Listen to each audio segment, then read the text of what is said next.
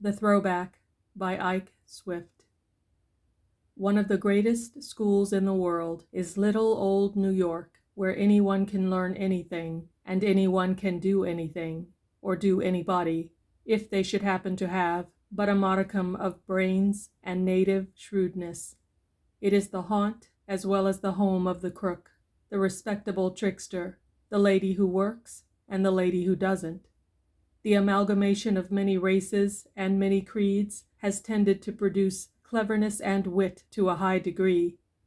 One of the greatest of financiers comes from Russian peasant blood on one side and poverty-stricken French on the other. In the blood of a Tenderloin queen there is Irish and Spanish, and it is hard to tell which side has contributed the most beauty.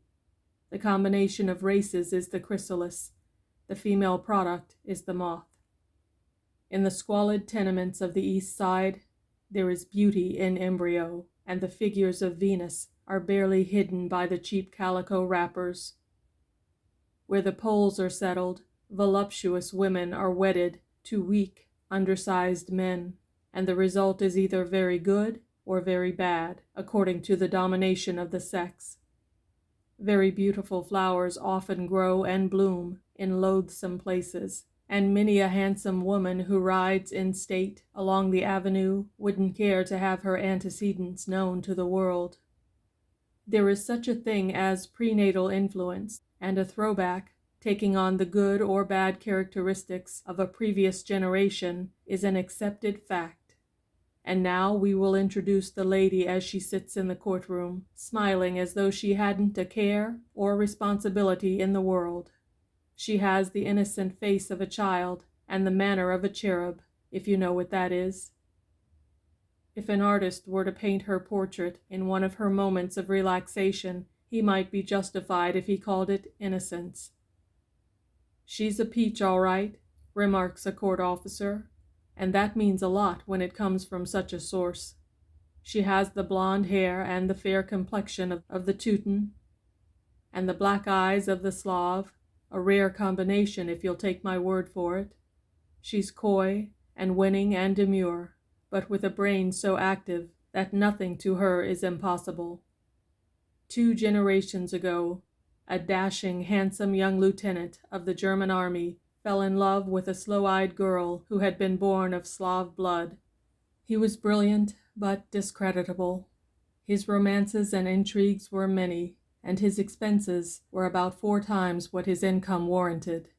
One day he forged a check, and when he skipped over the border to escape arrest, he left the woman and a baby girl in a cheap room, with not enough money to keep them a week.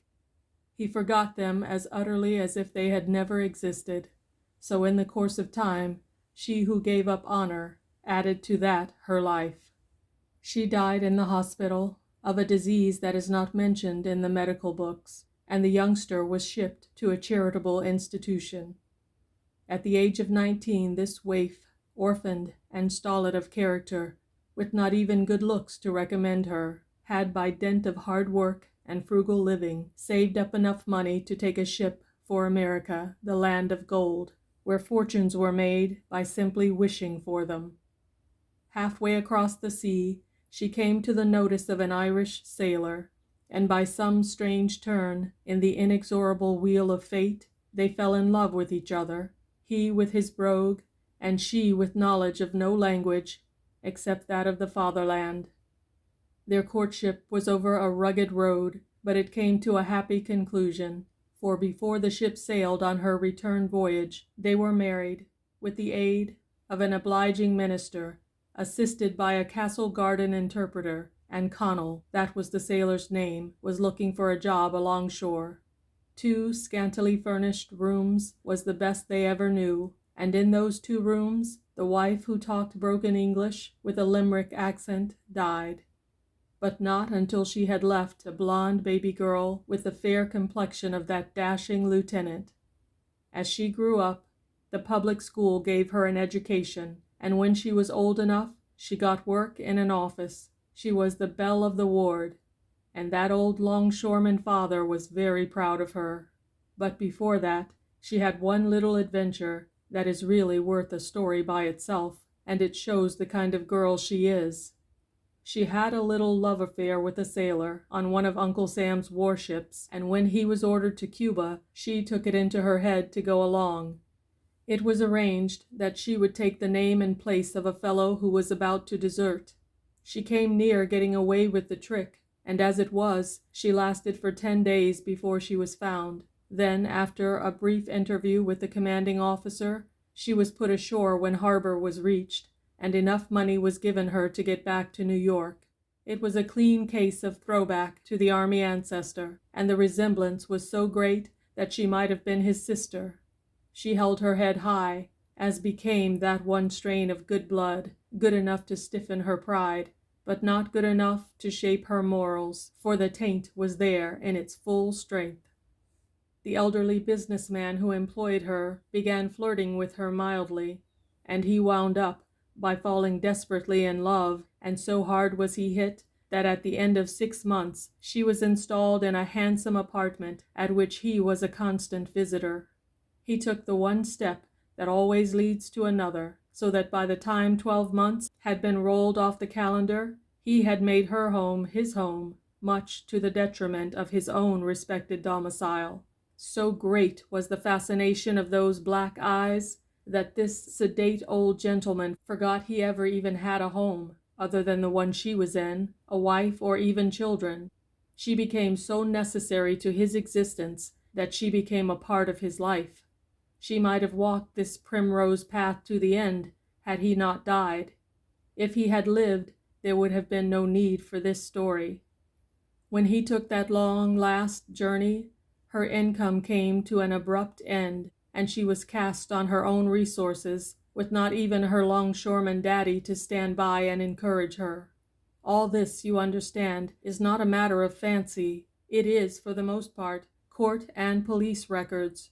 She took up with a young fellow of about her own age, who had about as little prospects as she had, and with the rent paid for 3 months in advance, and just enough ready money to keep them going that long, they cast care to the winds and proceeded to enjoy themselves. One night, when the funds were getting to a low ebb, she, while ransacking a desk for a mislaid letter, found a half-used checkbook which had belonged to her elderly protector.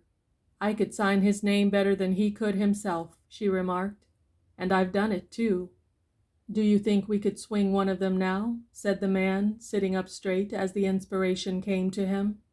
"Why, that's absurd. He's dead." "I know he's dead, all right, but fill one out for $75 and I'll see what I can do with it." It was an easy trick for her, and in a moment she had handed him the paper. "If I lay this, little girl," he remarked as he went out, "we're on the sunny side of Easy Street for the rest of our lives." That heritage of brain stood her in good stead while he was away, and before he had returned, she evolved a scheme that was worthy of a better cause. It was this: she would send him out to rob a letter-box. They would open the mail thus stolen and search it for checks. She would copy the signature, make note of the bank, get blank checks of that institution, and then commit the forgery. It was almost too easy, and the keynote of its success lay in its simplicity. Of course, the laying of the spurious paper required nerve, but of what use is a man if he hasn't nerve? When he came back unsuccessful, she explained her scheme, and they at once proceeded to put it into operation.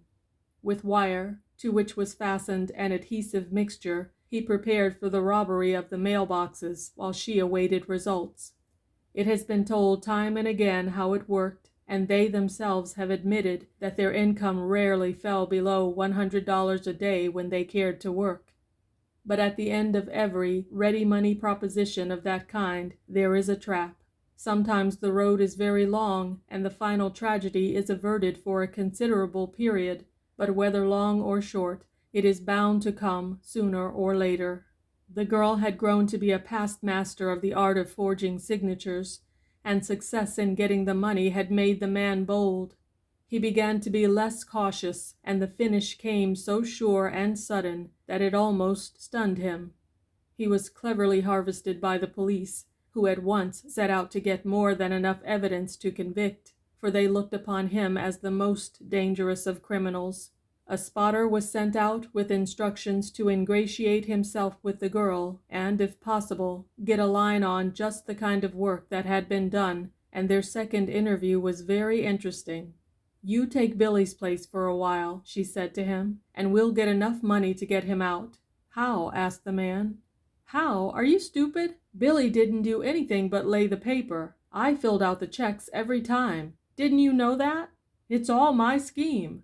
Billy only helped me and did as I told him, but he's too nice a fellow to go up the river for a thing like this." It seems strange that with all her astuteness she should have given her hand away to a comparative stranger, but you must bear in mind that her side partner and confederate had been snatched away from her, and she felt the need of someone to whom she could talk and in whom she could confide. There is where she made a mistake, but it happened that it wasn't a fatal one. Bear in mind that she gave her hand away and told all she knew, and in the telling there was enough to convict her half a dozen times over, but she was game to the last ditch.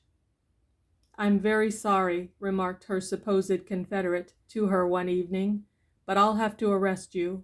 I'm an officer, you know." "I always ought to be guided by my first impressions," she retorted. "I had an idea you were wrong when I first met you, and if I had stuck to that, you would have known nothing." "That's right. But as it is, I'll have to take you down to headquarters." He acted as if it was a job he didn't relish very much, and if the truth were told, he would have let her make a getaway of it if he had dared. In the prison she was popular as soon as she stepped inside the gates, and there was no one who would believe that a girl with a face like that would be guilty of harming anyone, much less being a confirmed and expert forger. So the trial was called. She treated it as a joke, and was by far the most composed person in the room. Her partner, to his credit, swore that he was the one who had done all of the robbing of the mailboxes and all of the forging of checks, and he even went so far as to imitate several signatures, but that was offset by the evidence of the detective. It was an easy matter to convict him, and he stood facing a term in prison. Her trial was merely a bit of comedy, in which she played the star part, and when the last scene had dropped, she was bowing her thanks to the judge, the jury, the lawyers, and the spectators, and smiling all the while, like a girl with a new doll on Christmas morning. The red was in her cheeks, and there was a look of roguery in her black eyes, and she sailed out of the courtroom amid a perfect shower of congratulations. And it was all for one strain of blood. Father an Irish stevedore, mother a Slav peasant whom centuries of oppression had made apathetic, grandmother also a Slav, and grandfather a German noble. She had gone back one generation to get that criminal taint, and she may have gone back further than that to get the good strain that made the whole world smile with her when she smiled, and turned enemies into friends. End of The Throwback by Ike Swift.